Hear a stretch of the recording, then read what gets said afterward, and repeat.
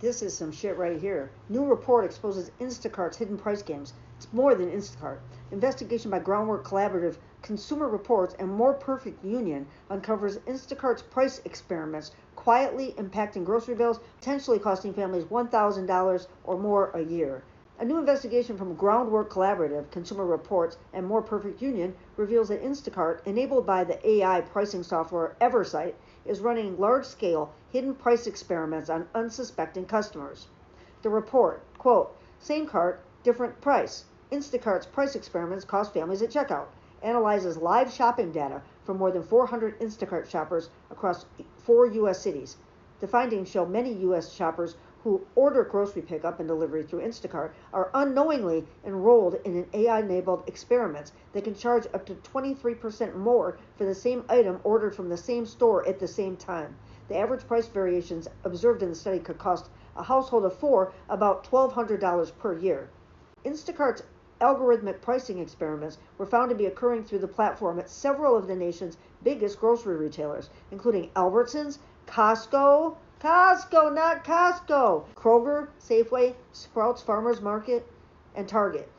At a time when food price increases outpace overall inflation and Americans report that the price of groceries is a major cost concern, pricing experiments used by companies like Instacart make the situation worse. Key report findings. Nearly 3/4 of grocery items that we tested on Instacart showed different prices to different shoppers. Some items carried up to 5 different price points simultaneously. For example, people shopping at a Safeway in Washington, D.C. saw a dozen Lucerne eggs listed at 5 different prices: $3.99, $4.28, $4.59, $4.69, and $4.79.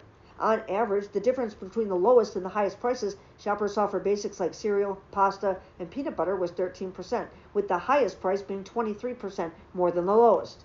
Researchers found that the overall Instacart basket totals varied by an average about 7% for the exact same items from the exact same locations at the exact same time. Based on the amount that Instacart says the average household of 4 spends on groceries in the U.S., that could translate into a cost swing of about $1,200 per year. Instacart is quietly running pricing experiments on millions of shoppers during the worst grocery affordability crisis in a generation, and is costing households as much as $1,200 a year, said Groundwork Collaborative Executive Director Lindsay Owens. They have turned the simple act of buying groceries into a high-tech game of pricing roulette. When the same box of wheat thins can jump 23% in price because of an algorithm, that's not innovation or convenience. It's unfair. Well, I'd call it corruption also, and illegal. It's time for Instacart to close that lab. Americans shopping for groceries aren't guinea pigs and shouldn't have to pay an Instacart tax. This investigation shows how it's becoming more and more common for companies to use hidden algorithmic pricing techniques without telling the customer, said Justin Brookman, Director of Tech Policy at Consumer Reports. In the case of Instacart, these tactics hurt families who are simply trying to purchase essential groceries. At a time when everyday Americans are struggling with high prices, it is particularly egregious to see corporations secretly conducting individual experiments to see how much a person is willing to pay. Companies must be transparent and upfront with people about pricing so that they can make informed choices and keep more of their hard-earned money.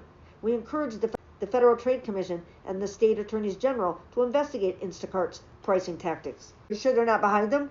On the website, Instacart acknowledges that it runs price tests that end shoppers are not aware that they're an experiment. And then when used at a scale across the store network, the prices change tactics. Create an orthogonal array of data points that changes the game. In some instances, Instacart kept the sale price items the same, but it changed the original price, creating the impression of a larger discount. Instacart claims their price experiments are randomized and negligible, but against the backdrop of the fastest increase in food prices since the late 70s, today's report shows that Instacart's experiments are yet another way corporate pricing tactics are squeezing American families. The findings arrive as federal and state lawmakers intensify scrutiny of potentially deceptive corporate pricing schemes, including algorithmic and surveillance pricing. States including New York, Colorado, California, Georgia, Illinois, and Pennsylvania have introduced or advanced legislation to curb individualized or algorithm-driven price manipulation. At the federal level, Representative Greg Cesar of Texas' Stop AI Price Gouging and Wage Fixing Act would ban the use of personal data to set individual prices. That's what they wanted, was our personal data. That's why Doge was fucking invented. They're not giving that up. This is what it was all about. The authors of the report warn, fair and honest markets are the bedrock of a healthy economy. As more consumers learn about and decry these practices, perhaps companies will change course. But if they do not, policymakers should intervene and require them to change their practices.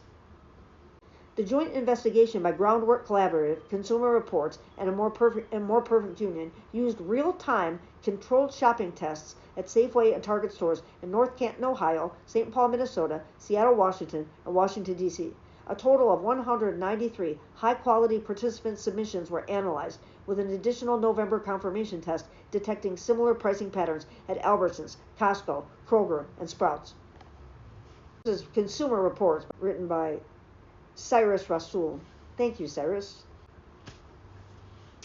Yeah, welcome to Trump's America, y'all. And guess who we no longer have? That pesky little thing called the consumer. Guess what the first thing Elon went after when he invented Doge and went in to steal all of our personal data? The CFPD, the Consumer Financial Protection Bureau, of course. He went after that first. He gutted it.